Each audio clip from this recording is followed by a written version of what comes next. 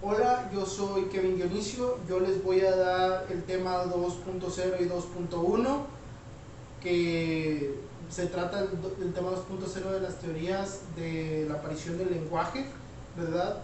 Pero antes de entrar de lleno con el tema, quisiera descartar todas las teorías que no tengan base científica, y ya sea como las teorías de que lo de un ser supremo, un dios, ¿verdad? Por poner un ejemplo, pues la teoría católica de que Dios creó a Adán y le dio una lengua perfecta y le dio una lengua sin errores, ¿verdad? La podemos ir dejando de lado de una vez, ¿verdad?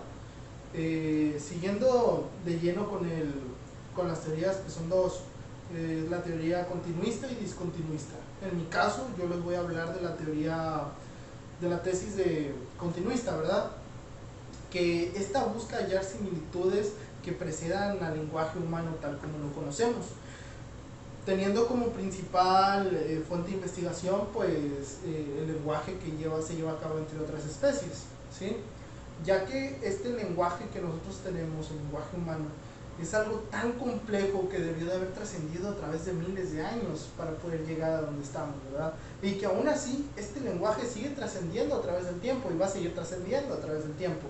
Va a seguir mejorando, va a seguir agregando conceptos, va a cambiar otros, va a seguir perfeccionándose poco a poco, ¿verdad? Eh, bueno, también cabe destacar que como este lenguaje fue algo que se desarrolló en algo que tenemos los humanos innatamente, pues quisiera ponerles un ejemplo. En una universidad de Estados Unidos se le enseñó a hablar con señas a primates, ¿verdad? A chimpancés. Bueno, ¿qué sucedió?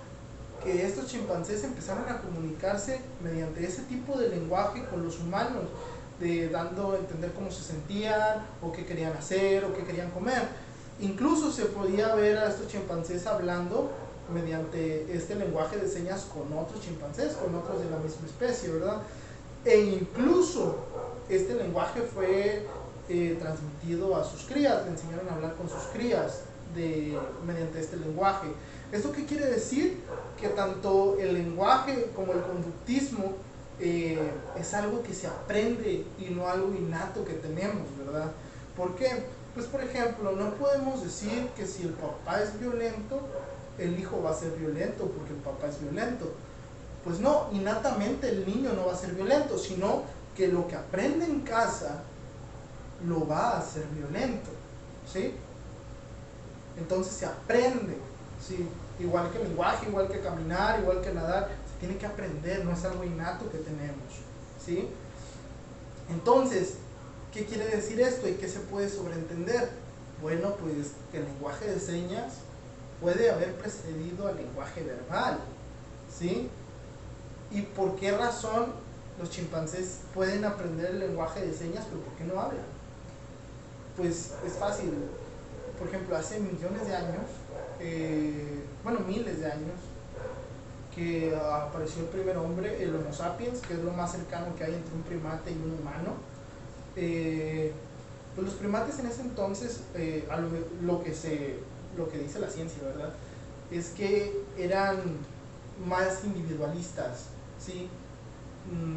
No les gustaba estar en sociedad, y como no tenían esa necesidad de comunicarse específicamente con otros de su misma especie, al contrario que el ser humano, que él buscaba estar en sociedad, haciendo una tribu o algo, pues para que la tribu funcionara ellos debían comunicarse específicamente, y ahí fue donde empezó a evolucionar el lenguaje a algo más específico, algo que se pudieran entender, que no hubiera errores, ¿verdad? Que no hubiera malos entendidos, que lo sigue habiendo hasta hoy en día, pero por eso digo que el lenguaje se sigue perfeccionando, ¿verdad? Eso es lo que se puede sobreentender, el por qué el humano pudo desarrollar el lenguaje verbal a diferencia de los chimpancés, ¿verdad? Y esas son algunas de las bases de las teorías continuistas, ¿verdad? Eso sería todo por mi parte y gracias.